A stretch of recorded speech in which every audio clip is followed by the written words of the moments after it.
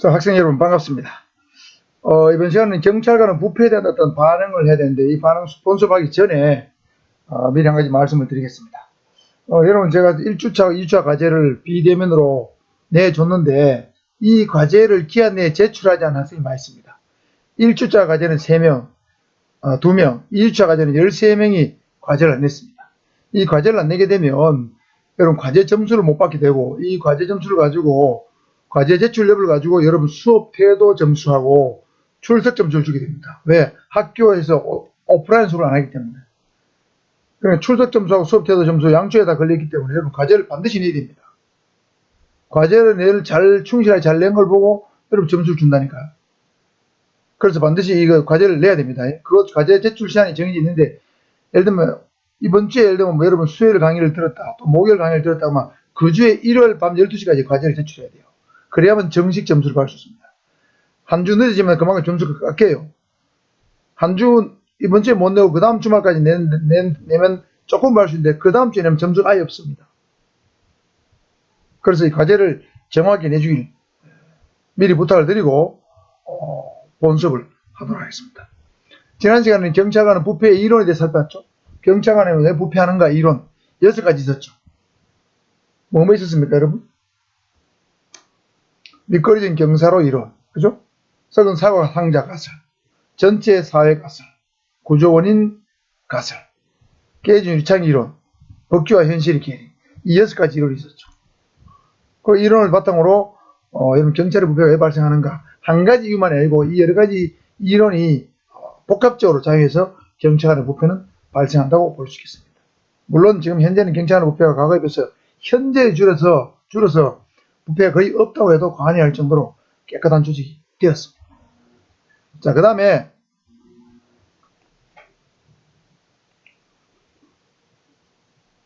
오늘은 이제 그 경찰관의 부패에 대해서 조직 구성원들은 어떤 반응을 보이는가 이거 한번 살펴보도록 하겠습니다. 여러분 교재는 18페이지 내외가 되겠습니다. 부패에 대한 반응입니다. 크게 4가지 반응 정도로 구분해 볼 수 있어요. 부패를 보고 내부 고발하는 어떤 형태, 반응. 비지바드니스 형태로 반응하는 방법. 그 다음에 침묵의 규범 형태로 반응하는 방법. 그 다음에 도덕적 해이, 모럴 해저드라고 그러죠. 다양한 방법으로 반응을 합니다. 간단히 설명하면 내부 고발은 조직의 비리에 대해서 내부 감찰이라든가 외부 기관에 제보하거나 폭로하는 거죠. 그 다음 비지바드니스는 이 부패뿐만 아니고 경찰관은 사소한 비리, 잘못, 경미한 어떤 실수까지도 일일이 참견하고 간섭하는 그런 형태로 반응하는 경우도 있다는 거죠. 그 다음에 침묵의 규범은 경찰관의 비리를 보고도 불법을 보고도 눈을 감는 거예요. 묵인하는 거예요. 방조하는 거예요. 못 본 척하는 거예요. 이 침묵을 지키는 거죠. 대부분 이게 제일 많을 거예요. 침묵 규범이 제일 많을 거예요. 내부 고발은 매우 드물 겁니다. 그 다음에 도덕적 해이 가장 심각한 문제예요.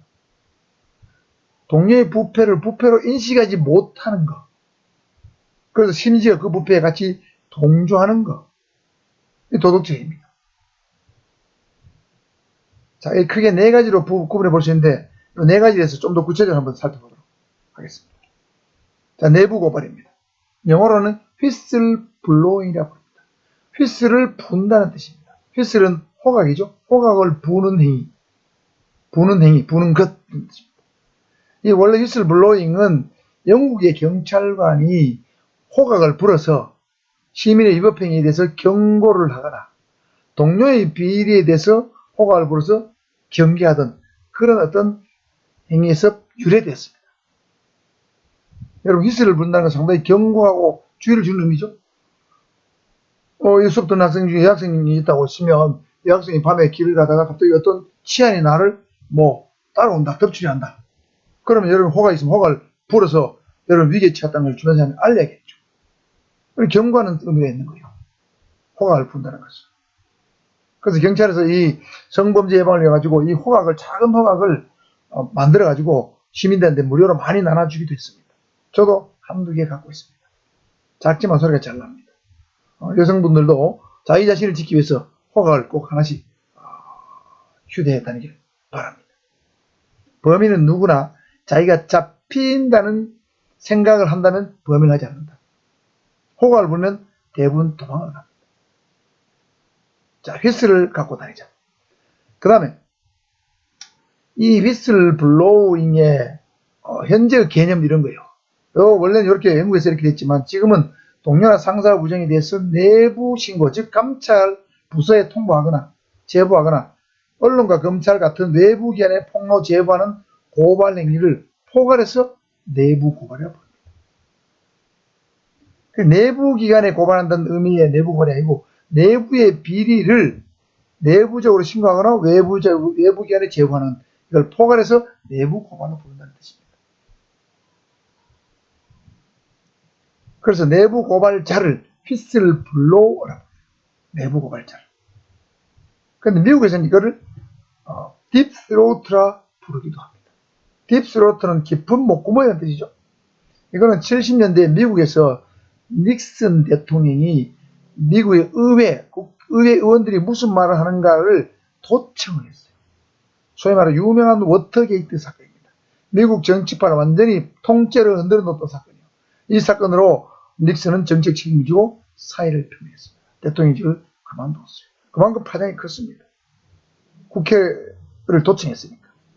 그래서 이 깊은 목구멍이니까 어떤 비밀을 알고 있는 사람이 국회를 도청한다는 걸 알고 비밀을 도청한 사람이 이거 말해야 되나 말아야 되나 얼마나 목이 건조건조했겠어요. 그리고 목구멍 사이에 깊이 숨어 있는 어떤 그런 문제점, 비리 같은 거란 뜻이죠. 그래서 그 제보자를 휘슬 블로우하고 딥스로트 같은 의미로 봅니다. 요즘 이거를 공익 제보자는 표현으로 많이 쓰기도 합니다. 공익 제보자. 공적인 목적으로 제보하는 사람입니다.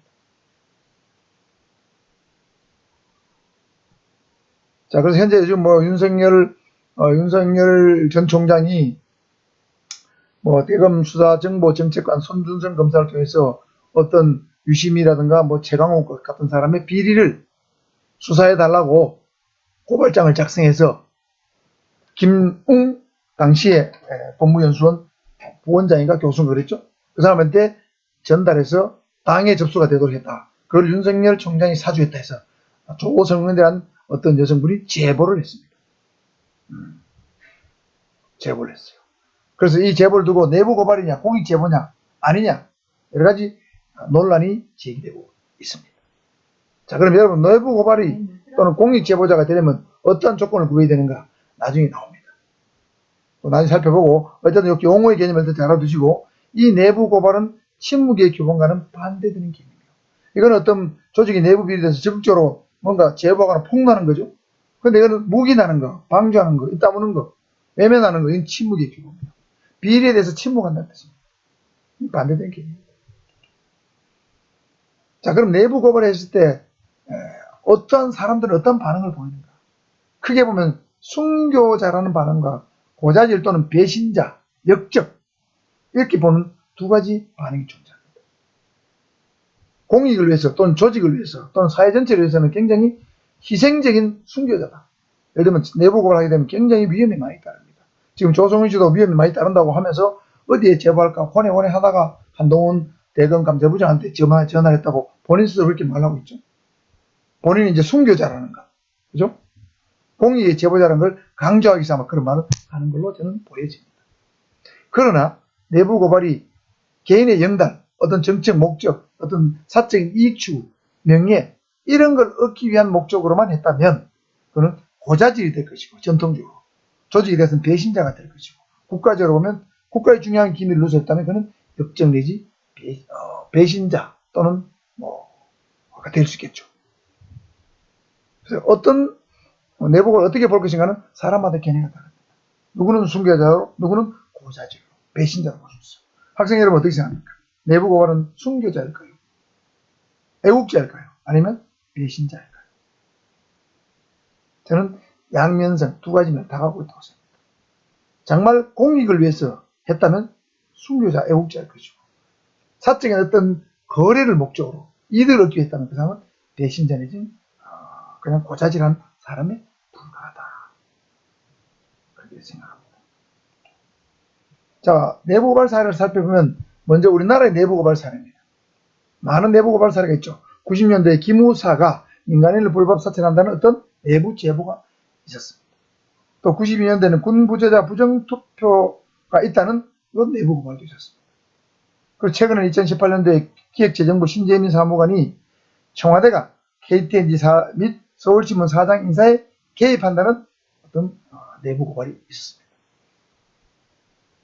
아마도 제가 이렇게 경찰 생활을 20년을 하고 또 민간인 생활을 한 10년 하면서 바깥 생활을 가보니까 대한민국의 공사나 공단 또는 언론사, 사장 뭐 이런데 자기 사람 안 치르는 것은 어느 정권이나 똑같더라고요. 보수 정권이든 뭐 진보 정권이든 똑같아요. 뭐 이런 일들은 여러분 현 정부에 있었던 게 아니고 문재인 정부에 있었던 게 아니고 보수 정부에도 있었습니다.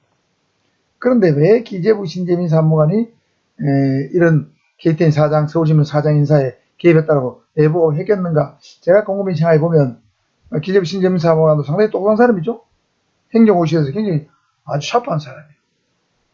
그런데 이 사람이 이걸 제보한 이유는 역대 정부가 다 그랬다도 문재인 정부는 그러지 않겠다고 약속을 했는데 그 약속이 안 지켜지는 것 같으니까 거기에 어떤 실망감으로 내부 고발을 하지 않았을까.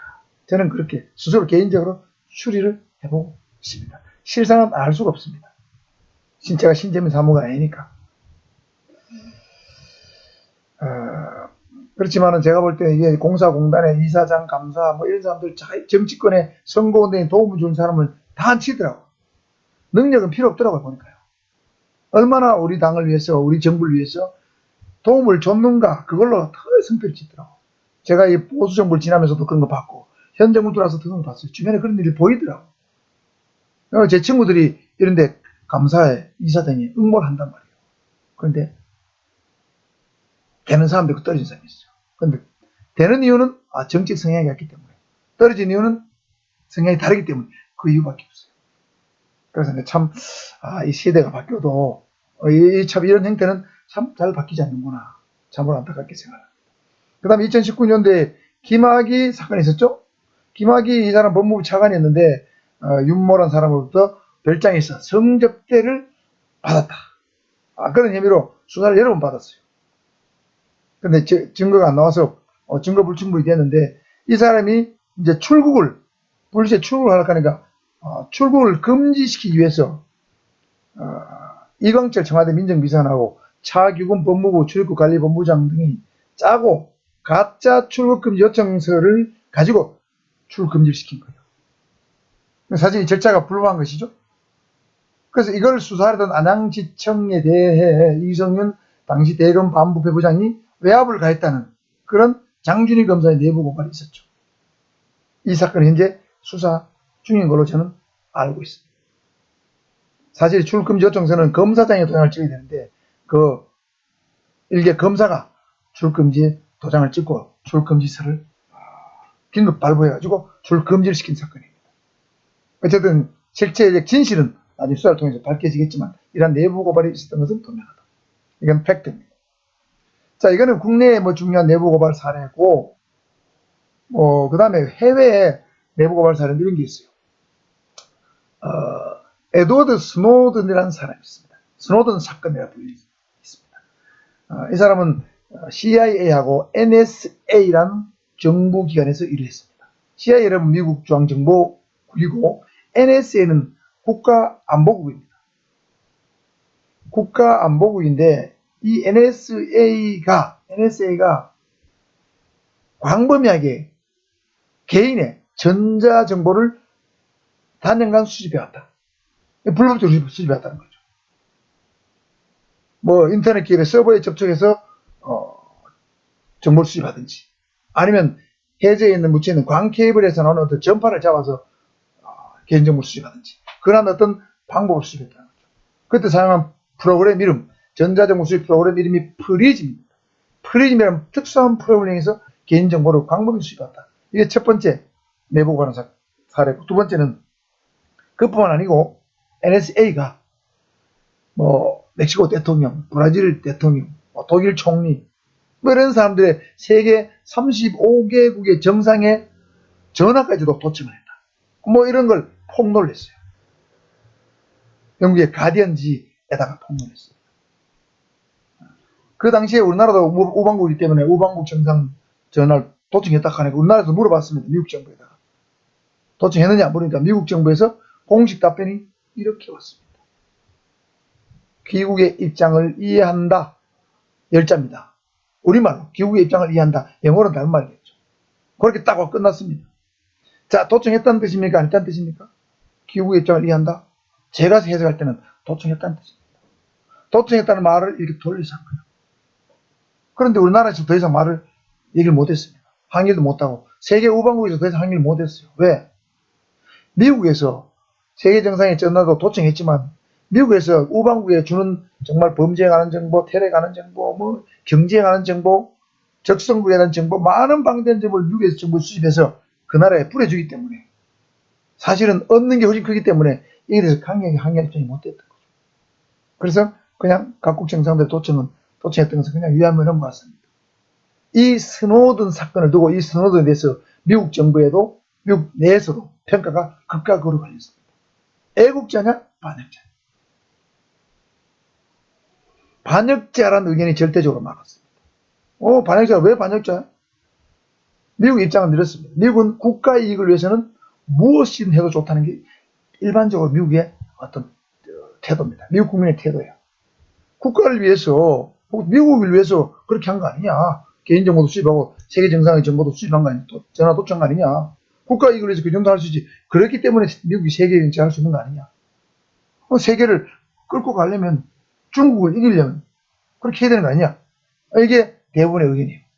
그래서 애국자는 평가가 많았고 일부 시민단체나 야당에서는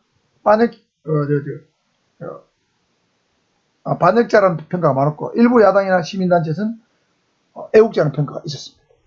그 사람은 진짜 NSA가 불법적인 어떤 일을 했으니까 불법 도청을 하고 불법 정보 수집해서 그거는 나쁘지 않느냐. 그거는 잘못된 행위니까 그거는 참 애국자다. 국가나 사회에서 올바른 일을 했다. 그래서 애국자라는 평가도 좀 있었습니다. 그러나 전체적으로 보면 반역자라는 평가가 더 많았다는 거죠. 그러니까 똑같은 내부 고발을 해도 참 평가가 다르기 때문에 과연 이것이 옳은 것인지 그런 것인지 판단하기 쉽지 않다는 거죠. 그래서 이 내부 고발이 옳은 걸로 정당한 걸로 평가되기 위한 요건이 있습니다. 이 5가지 요건을 다 구비해야만 내부 고발은 합법화 된다는 거죠. 그래서 내부 고발이 정당화되기 위해서는 첫째, 적절한 도덕적 동기에서 시작돼야 됩니다. 어떤 나쁜 동기, 그렇죠? 공익적 동기가 아닌 사적인 어떤 이득을 목적으로 동기를 시작하면 안 돼요. 아주 도덕적인 어떤 동기, 이 일이 올바른 일이다. 그런 동기 시작돼야 된다. 그 다음에 내부적 해결을 먼저 시도해야 됩니다. 예를 들면 경찰의 비리 같으면 경찰 내부적으로 상급자에게 건의하고, 건의하고, 고충 처리 제도를 통해서 개선해보고, 이런 해결을 먼저 시도해야 된다는 거죠. 당내 비리 같은, 당내 문제가 있으면 당 내부에서 먼저 해결을 시도해야 된다는 거죠. 그걸 어떤 감찰에 또는 외부 기관에 먼저 제보하는 것은 옳은 것이 아니라는 거죠. 어느 조직에든 문제가 있기 마련이에요. 그 모든 문제를 내부 고발 형태로 해결하는 것은 반드시 좋지 않다는 거죠. 그 다음 내부 고발자는 자신의 신임이 합리적 증거에 근거하는지 확인해야 됩니다. 즉 증거가 합리적인가 판단해야 됩니다. 예를 들면 증거 없이 객관적 증거 없이 주관적 혐의만으로 의혹만으로 내부 고발해서 안 된다는 것입니다. 그 다음 내부 고발자는 도덕적 위반이 얼마나 중대하고 급박한가에 대한 세심한 고려를 해야 됩니다. 예를 들면 지금 내부 고발하지 않으면 엄청난 어떤 조직에 피해가 생길 것 같다. 국가에 피해가 생길 것 같다. 그런 정도의 급박함과 중대함이 있어야 된다는 거죠. 그 다음에 내부 고발을 통해서 어느 정도 그 조직의 비리, 어떤 문제점, 불법이 치유가 돼서 그 내부 고발이 성공할 가능성이 어느 정도는 있어야 된다는 거죠. 성공할 가능성이 없는 거라면 해봐야 아무 의미 없는 거잖아요. 내부 고발은 뭔가를 고치기 위한 거잖아요. 그래서 이 5가지 요건 잘 알아두셔야 됩니다. 빚이 받은 데서는 남의 비행에 대해서 일일이 참견하면서 도덕적 충고를 하는 거예요. 이런 사람이 있어요. 우리 집안 할머니도 있어요. 며느리 집에 가지고 또는 손자 집에 가지고 말이죠. 행주는 이렇게 바라라, 행주는 이렇게 걸어라, 접시는 요 방향으로 놔라, 이렇게 놓으면 안 된다, 먼지가 안 된다, 빨래는 90도로 착 해가지고 사방에 어떻게 딱 맞도록 널어라, 갤 때는 어떻게 개라, 미주알 고잘 간섭해서 환장한다 하더라고요. 이런 사람이 있어요. 예를 들면 공직사의 비리를 보고도 정말 큰 비리를 내부 고발하든지 입을 다물든지 하면 되는데 정말 잔잔한 이건 참 간섭해서 안 될 정도의 그런 까지도 간섭한 적이 있어요. 이거 정말 사람을 피곤하게 하고 이 비지바드리스를 가진 성향하고 같이 근무하면 인간관계 나빠져요. 조직의 직장의 분위기, 팀의 분위기 굉장히 나빠집니다. 그러면서 본인에 대해서는 이게 관대한 사람이 있어요. 본인의 잘못에 대해서는 관대하고 남의 잘못은 엄격한 사람이 있어요. 그런 사람 문제입니다. 인간관계 나쁘게 되면 직장 내에 있는 사람이 있으면 직장 분위기 나빠지죠. 사람은 자신에게는 엄격한 도덕적 잣대를 들이대고 남에게 관대해야 됩니다. 더욱더 공무원도 마찬가지. 공무원은 더 해야 됩니다. 자신에게는 굉장히 엄격한 법률적 잣대, 도덕적 잣대를 들이대야 되고 적용해야 되고 다른 사람이 좀 관대해야 돼요. 공무원이 자기 자신은 근사다. 공무원이 자기 잘못 어떤 비리나 불법을 잘 저지르면서 다른 일반 시민들에 대해서 이렇쿵저렇하면 존경하고 따르겠습니까? 권위가 안 쓰잖아요. 내로남불이 되면 안 됩니다. 내가 하면 로맨스, 남이 하면 불륜이 아니고 내가 하면 불륜, 남이 하면 로맨스 뭐 이렇게 돼야 되는 깍불한 사람들이 많아요. 내로남불이고. 공직자는 더욱더 내로남불 조심해야 됩니다.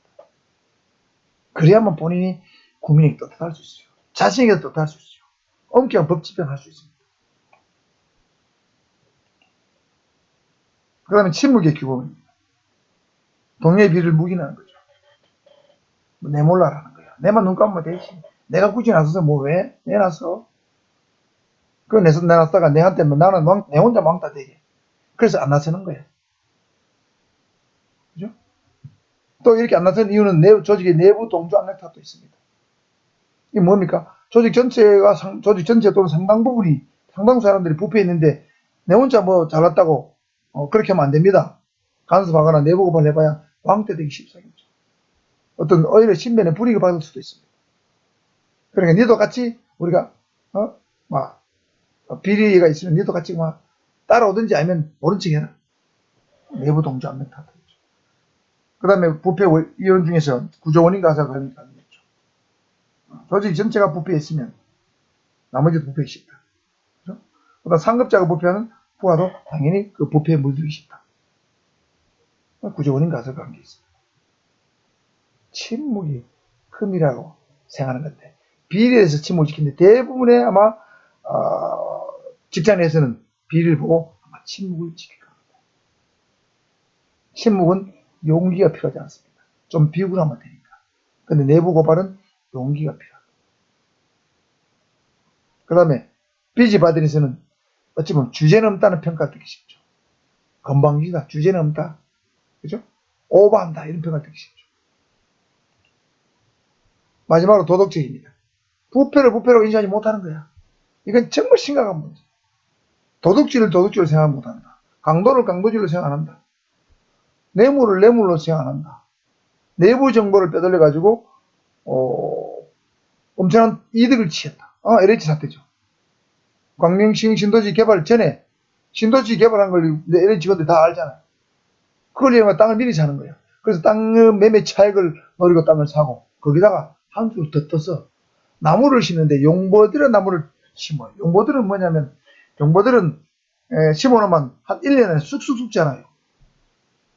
그러니까 많이 자랄수록 나중에 보상받을 때 보상을 많이 주는 거예요. 보상금. 그 다음에 1제곱미터에 한 그루를 심어야 된다. 한 4그루, 5그루 심어요. 그러니까 많이 심을수록 많이 주고 많이 자랄수록 많이 주니까 그걸 LH 건데 알고 용보들을 심는 거예요.